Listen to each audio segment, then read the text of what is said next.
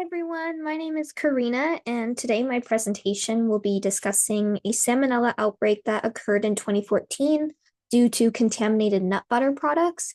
And I'll also be discussing how we, as public health professionals, can prevent future outbreaks and reduce the spread of infection. So first, just to discuss some background information, salmonella poisoning or salmonellosis is a bacterial infection that is among the top leading causes of foodborne illnesses around the world. Most cases of infection occur through cross-contamination, drinking unpasteurized milk, or eating raw or undercooked meat, eggs, or poultry. In 2014, the CDC reported an outbreak, which is the case I'll be discussing, of Salmonella branderup across 5 US states, and that was linked to contaminated nut butters produced by an Inspire Natural Foods manufacturing facility. So overall, the number of infections has been increasing over the past 2 decades, and the CDC currently estimates that salmonella infections cause over 1.3 million illnesses, 26,000 hospitalizations, and 400 deaths each year.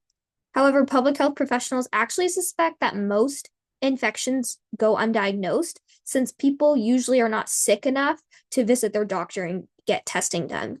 And lastly, I just wanted to mention that infection is typically more common during the summer months since warmer weather creates a much better environment for bacteria to thrive in.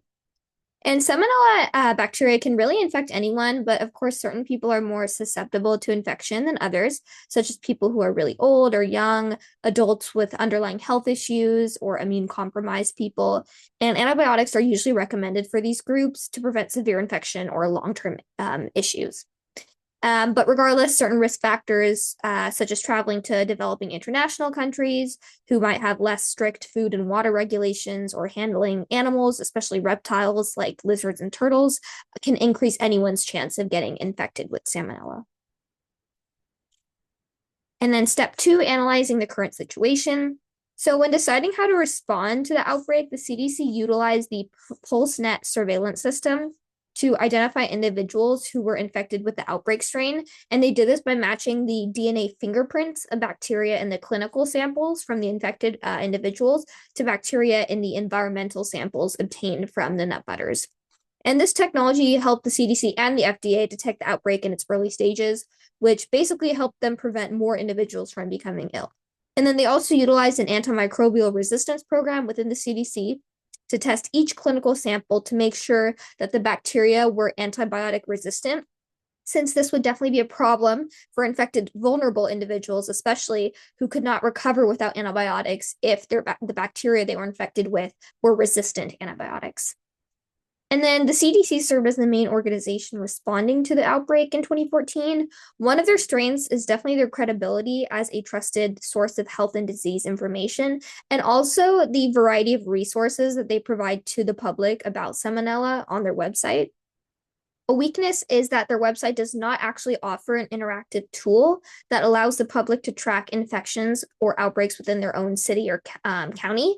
And one opportunity is the Public Health Laboratories or PHL tool, impact tool, which measures the number of salmonella cases, hospitalizations, and expenses that are avoided by a laboratory or a diagnostic center's surveillance efforts to contain or limit the spread of an outbreak.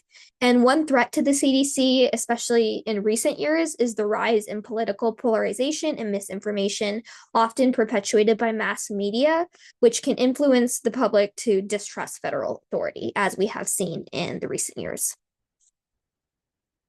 And then step 3, prioritizing issues.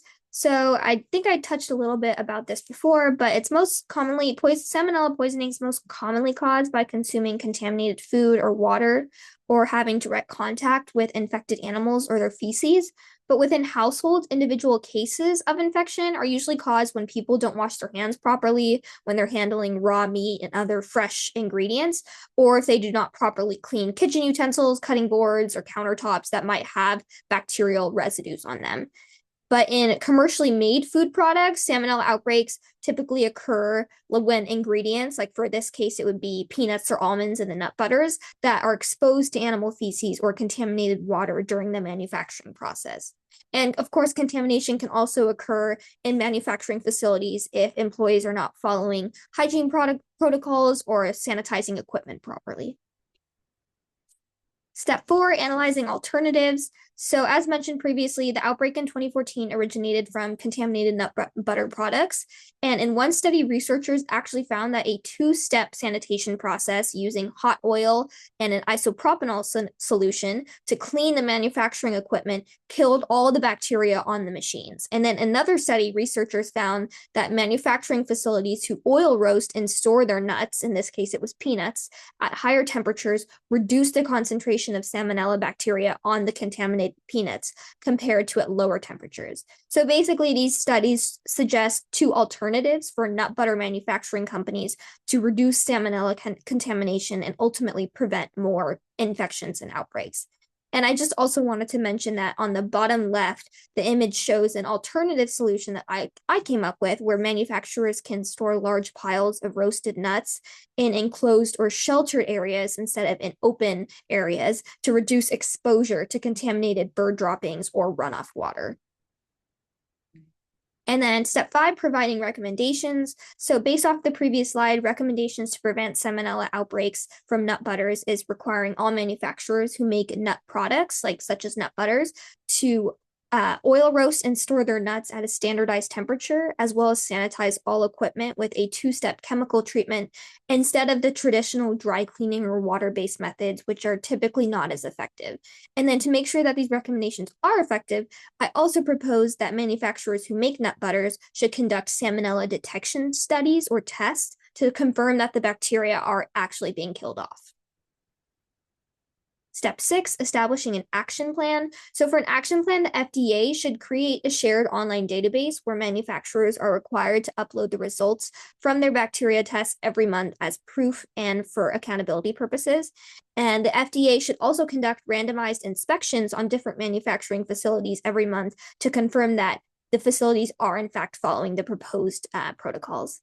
And obviously, we would need the assistance from federal, state, and local agencies to successfully implement these initiatives. So we would need the FDA, the CDC, the USDA, and then, of course, state and local health departments and agricultural departments. So as far as the timeline, by December 2027, all manufacturers of nut butter products should be uploading the results from their detection tests onto the online database every month. And this is regardless of whether or not they have yet to implement the protocols. But by December 2030, all facilities should be using the two-step chemical treatment and roasting and storing their nuts at the specified temperature. And then by beginning January 2031, the FDA and state local health agencies should be conducting compliance inspections on different manufacturing facilities every month in each state to ensure compliance. And then finally, the conclusion.